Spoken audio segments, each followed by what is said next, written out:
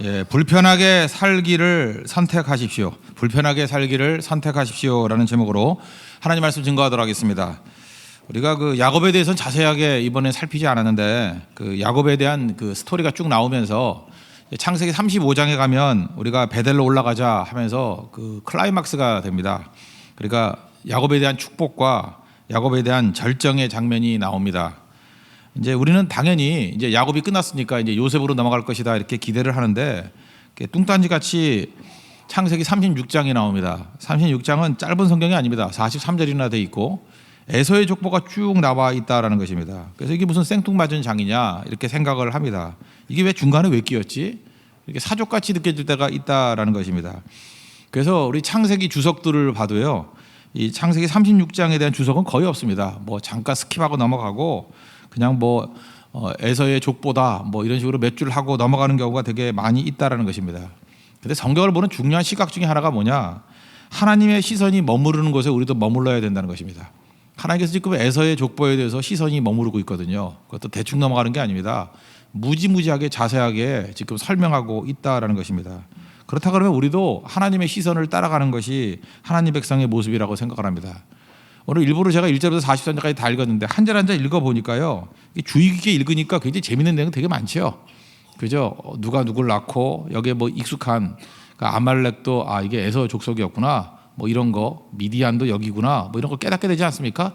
이렇게 단서를 잡을 수 있는 것들, 욥기에 나오는 대만이라는 거, 대만 사람, 엘리바스 뭐 이런 거 나올 때 이게 에서 에돔 족속 계통이구나, 뭐 이렇게 이게 느낄 수 있다라는 것입니다. 심지어 그 성경 24절인가요? 거기 보니까 그 온천을 발견한 사람이 나오죠. 아나라는 사람이 온천을 발견하는 얘기가 나옵니다. 그런 걸 보면서 이거 대단한 일들이 자세하게 기록이 돼 있구나 이렇게 생각을 하게 된다라는 것입니다. 말라기 1장을 보면요, 2절 3절에 에서는 야곱의 형이 아니냐, 그러나 내가 야곱을 사랑하고 에서를 미워하였다, 이런 구절이 나옵니다. 성경의 용법을 아시죠? 미워했다라는 것은 이걸 뭐 결정이 됐다 그래서 야곱은 사랑하고 편애한다, 뭐 에서는 미워한다 이렇게 해석하면 안 되고, 미워한다는 개념은 뭐예요? 1등이 아니다 그런 뜻이라고요. 그 누가복음 14장 26절에도 이런 말씀이 나오죠. 누구든 내게 오는 자는 부모, 처자, 뭐 형제, 자매를 미워하지 아니하면, 심지어 자기 목숨까지 미워하지 아니하면 내 제자가 되지 못한다. 미워한다는 게 뭐예요? 그게 1등 돼서는 안 된다는 거죠. 그러니까 하나님을 가장 사랑하는 거. 그리고 여기서 부모, 형제, 자매를 사랑하지 않는 사람이 누가 있어요? 자기를 사랑하지 않는 사람이 누가 있어요? 그러니까 1등이 돼서는 안 된다 그런 뜻이라고요. 그런 맥락에서 본다 그러면 하나님께서 야곱을 사랑하고 에서를 미워한다, 이건 어떻게 이해를 해야 됩니까? 하나님이 야곱을 참 사랑하셨다 이렇게 이해하면 되는 거죠. 참 크게 사랑하셨다. 그러면 에서는 사랑 안 했냐? 에서도 사랑했다 이렇게 이해하는 게 옳겠죠. 우리가 성경을 그런 식으로 접근해야 된다고 생각을 합니다. 에서는 약속의 계보에 들어간 사람 아닙니다. 그러면 에서가 누굽니까? 우리 식으로 얘기한다 그러면 우리 주변에 있는 그 믿지 않는 사람들, 또 쉽게 지나칠 수 있는 사람들, 어찌 보면 나를 좀 싫어하는 사람들, 심지어 나를 힘들게 하는 사람들, 이런 사람들이 다 에서라고 생각합니다. 이런 거를 한꺼번에 표현한다 그러면 이웃이겠죠. 이웃. 이걸 좀 더 이게 마이크로하게 접근한다 그러면 형제겠죠. 신명기 23장 7절을 보니까 내가 너는 에돔 사람을 미워하지 말라, 그는 내 형제임이니라. 하나님이 직접 명령하셨어요. 에돔 사람 미워하지 말고 네 형제라고. 그러니까 에돔을 미워하는 대상이 돼서는 안 된다는 것입니다. 성경은요, 이 에서의 후손들에 대해서 굉장히 신중하고 조심스럽게 다루고 있습니다. 족보도 되게 자세히 다루잖아요. 여기 보니까 아나 같은 사람은 뭐 온천 발견한 사람이다 이렇게 자세히 설명을 하고, 그리고 에서에 대해서 불명예스럽게 설명한 부분이 없습니다. 여기 보세요. 장자권을 빼앗겼죠. 그래서 좀 억울한 측면도 이렇게 성경은 부각시켜주고 있어요. 또 축복을 이렇게 빼앗겼을 때 아버지한테 매달리잖아요. 남은 축복이 있으면 주세요라고 하면서 이렇게 애처로운 모습으로 묘사하고 있습니다. 나쁘게 이야기하지 않아요. 또 그 야복강 이후에 33장에 보면은 또 형 에서와 야곱이 만나는 장면이 있지 않습니까? 화해할 때도 너그러운 남자, 호탕한 남자 같은 이미지로 묘사를 하고 있고요. 뭐 재산 문제에 있어서도 필요 없다라고 하면서 굉장히 선이 명확한 사람으로 묘사하고 있습니다. 그러니까 에서에 대해서 그렇게 나쁜 이미지로 접근하는 게 없다라는 것입니다. 오히려 야곱에 대해서 부정적인 게 훨씬 많아요. 야곱에 대한 부정적인 것들이 훨씬 더 많다는 것입니다. 성경 정신이 뭐예요? 나 자신의 부족을 돌아보고 이웃을 존중하라. 저는 그런 시각이 분명히 있다고 생각을 합니다. 그래서 오늘 이 본문, 특별히 우리 야곱에 대해서 살필 때 이걸 좀 살폈으면 좋겠어요. 그 내용이 뭐냐? 에서와 같은 믿지 않는 이웃들을 우리가 어떻게 대할 것인가? 이게 우리 성도에게 굉장히 중요한 거라고 생각합니다. 야곱은 야곱 혼자 존재하는 게 아니에요. 에서와 만남이 있거든요. 에서와의 관계가 굉장히 중요한 거 아닙니까? 태어날 때부터 죽을 때까지 에서와의 관계예요. 이거 해결하지 못하면은 야곱이 야곱 될 수 없다라는 것입니다. 두 가지로 접근하겠습니다. 첫째는 공감하고 교제하라는 것입니다. 에서에 대해서 이게 믿지 않는 이웃이거든요. 믿지 않는 형제 또는 우리 공동체 안의 형제라고 할 수도 있어요. 이 공감하고 교제해야 된다는 것입니다. 상종할 필요도 없다라고 배척하는 것이 옳은 게 아니라는 것입니다. 예를 드는 게 더 좋을 것 같아서 제가 예를 하나 든다 그러면 필립 얀시의 책 가운데 이런 이야기가 하나 나와요. 어떤 여자 교수가 있는데요. 이 사람이 굉장한 안티 기독교입니다. 그러니까 첫째 무신론자고요. 두 번째 레즈비언이에요. 그러니까 예수님 잘 믿는 사람들이 되게 싫어하는 요소들을 다 갖고 있는 거죠. 기독교 신앙에 대해서도 반감을 가지고 있고 되게 싫어합니다. 싫어하는 이유가 뭐냐면 예수 믿는 사람들은요. 그 결론을 전부 다 성경에서만 낸다는 거예요. 그래서 앞뒤가 꽉꽉 막힌 사람이고 소통도 못하고 또 이렇게 공감도 못하는 사람들이다. 고집불통인 사람들이다. 이런 선입견을 가지고 있어요. 자기 주장만 하는 사람들이다. 그러니까 좋은 시각이 없겠죠. 그러니까 나쁜 얘기만 하는 거예요. 거기다 또 예수 믿는 사람들 만나 보니까 자기도 레즈비언이잖아요. 그러다 보니까 대화도 안 하려고 그러고 경멸의 눈초리가 있고 자기를 무시하는데 누가 좋아하겠습니까? 그러니까 더 분노심이 있는 거죠. 이 교수가 이제 한 번은 어떤 그 잡지사에 글을 썼는가 봐요. 크리스찬을 비판하는 글 쓰면은 또 이게 독자 그 반응이 오지 않습니까? 편지들도 많이 오고 막 그랬다라는 거예요. 근데 보니까 너무 많이 오니까 이게 통을 2개 만들었대요. 자기를 지지하는 편지 이쪽, 반대하는 편지 이쪽. 그래서 이게 딱 쭉 나눠놓고 반대하는 건 읽을 필요도 없고 그냥 지지하는 거나 몇 개 읽어보려고 하면 그렇게 했답니다. 옛날에 이메일이 활성화되기 이전에 얘기했던 것 같아요. 그런데 이제 어떤 한 편지를 보니까 애매모호한 편지더라는 거예요. 이게 반대도 아니고 지지도 아니고. 그 보니까 어떤 목사님이 쓰신 편지더라는 거예요. 그래서 쓰레기통에 버렸대요. 애매해서. 근데 잠깐 마음에 남아가지고 다시 쓰레기통에서 주워다가 다시 읽고 또 연락을 했답니다.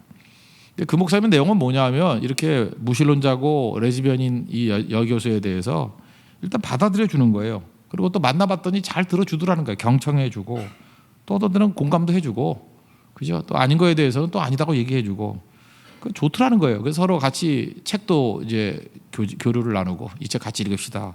또 친구들도 서로 만나고 그래서 친구가 됐대요. 이렇게 적대감이 있는 사람들이 만났는데 친구가 됐대요. 그러다가 이 여교수가 얘기합니다. 자기도 깜짝 놀랐대요. 자기가 성경을 읽게 되더래요.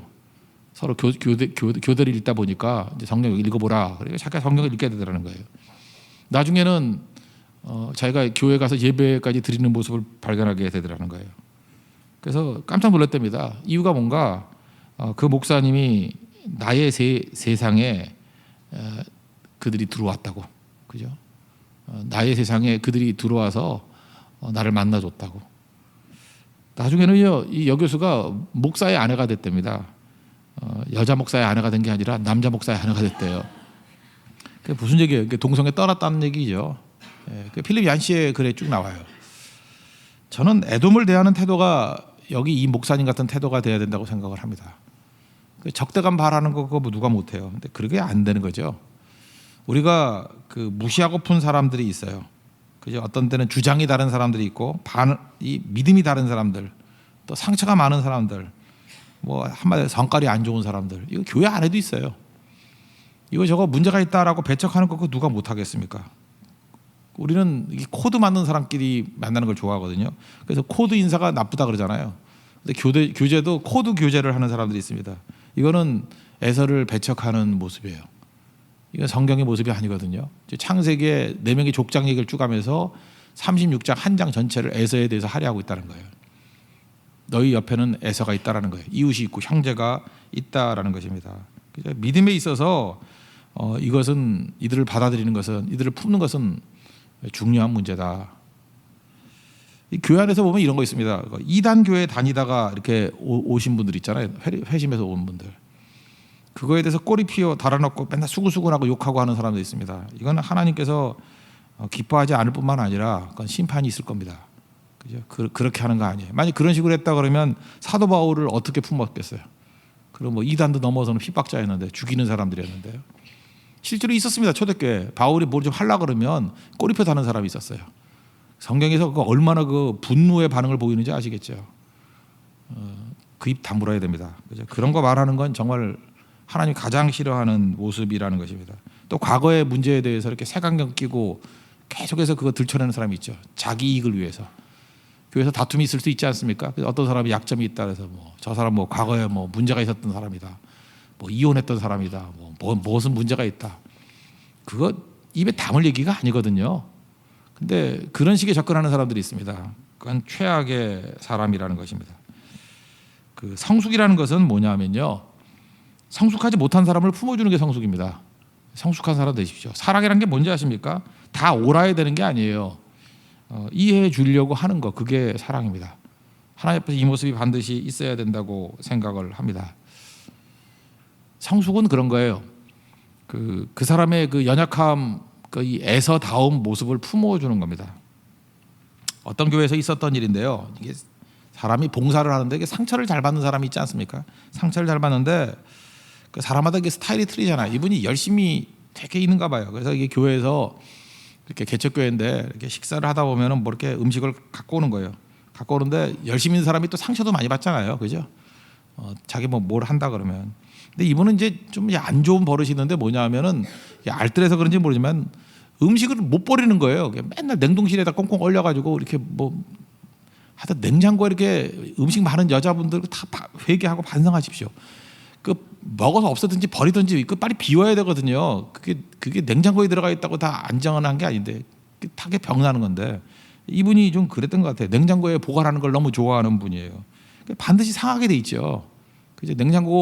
냉동실도 상하고 냉장실은 물론 상하고 다 상하는 건데 식사를 준비를 했는데요. 딱 국을 먹는데 맛이 간 거예요. 재료가 상한 거예요.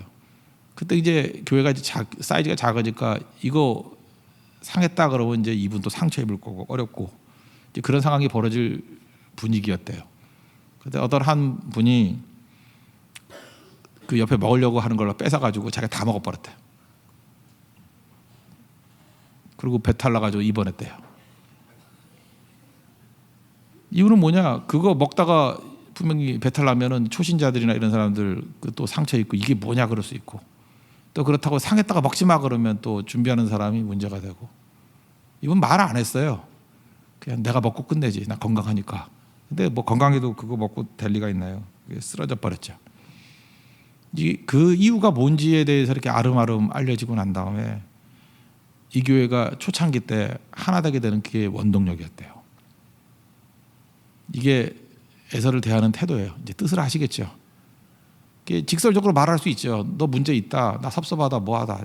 이게 말이라는 건요. 이렇게 직설적으로 하면 이게 싸우자는 얘기예요. 이렇게 부딪히게 돼 있다는 것입니다. 몇 박자 늦춰야 돼요. 아니면은 뭐 이렇게까지 못한다 할지라도 이게 상대를 이렇게 배려해주는 모습들이 있어야 되는 거겠죠. 이게 상처 주는 사람이 상처 많이 받은 사람이에요. 여러분들 저 사람은 지가 상처 주는 거 모르고 왜 저러냐 그러는데 상처가 많으니까 상처를 주지요. 상처 없는 사람은 상처도 안 줘요. 애서니까 애서 같은 짓 하죠. 그럼 애서 배척할 거예요? 오늘 메시지가 이겁니다. 이스라엘에게 항상 옆에 애서가 있었거든요. 싸우라 그러지 않았어요. 너희 형제다. 그를 대적하지 말라고, 사랑하라고, 품으라고. 그게 야곱에게 주신 말씀이라고 생각을 합니다. 하나님 앞에서 이렇게 우리 훈련이 애서 같은 사람을 품을 수 있는 그런 공감과 교제와 대화, 소통이 있는 우리 하나님 백성이 되어야 할 것입니다. 두 번째는 불편함을 감수해야 사명으로 갈 수 있다라는 것입니다. 누가복음 15장에 보면은 그 잃어버린 거에 대한 세 가지 비유가 나오죠. 뭐 잃어버린 양, 잃어버린 동전, 드라크마, 잃어버린 아들. 근데 이거 상황을 보면요, 이 세 가지 비유를 언제 했냐면요, 그 듣는 대상이 이 바리새인과 서기관이 있을 때였어요. 누가복음 15장 1절과 2절 보니까 모든 세리와 죄인들이 말씀을 들으러 가까이 나오니 예수님께 말씀하니까 그 바리새인들이 제일 싫어하는 게 세리, 죄인, 창기 이런 사람들. 그 사람들이 막 몰려왔대요. 그랬더니 바리새인과 서기관들이 후궁거려 뭐라 그러냐면은 이 사람이 죄인을 영접하고 음식을 같이 먹는다. 이게 무슨 얘기예요? 불편하다는 거예요. 아니 어떻게 이렇게 이런 죄인들하고 밥을 같이 먹으려고 그래? 이게 불편해. 그랬다라는 거예요. 그럴 때 예수님께서 지금 이 비유를 들면서 니네들 문제 있다는 거죠. 이거 듣는 사람이 바리새인한테 들으란 얘기예요. 야, 잃어버린 자들에 대해서 너희들이 열린 마음이 없다 그러면 너희들 가짜야, 엉터리야. 그 얘기죠. 하나님 아버지의 마음이 뭔지를 알아야 된다. 이런 얘기를 하니까 이제 바리새인들이 위협을 느끼게 된다는 것입니다. 근데 우리가 바리새인 같은 모습이 참 많이 있어요. 나 자신의 구원도 부족한 거죠. 오늘도 여러분 기도할 때 자기 기도하다 갚버리는 사람들 많죠. 그게 바리새인이에요. 내 문제만 해결되면 내 자식들만 잘 되면 되는 거고, 좀 크게 본다 그러면 내 교회만 잘 되면 되는 거예요. 나만 문제 없으면 되는 거예요.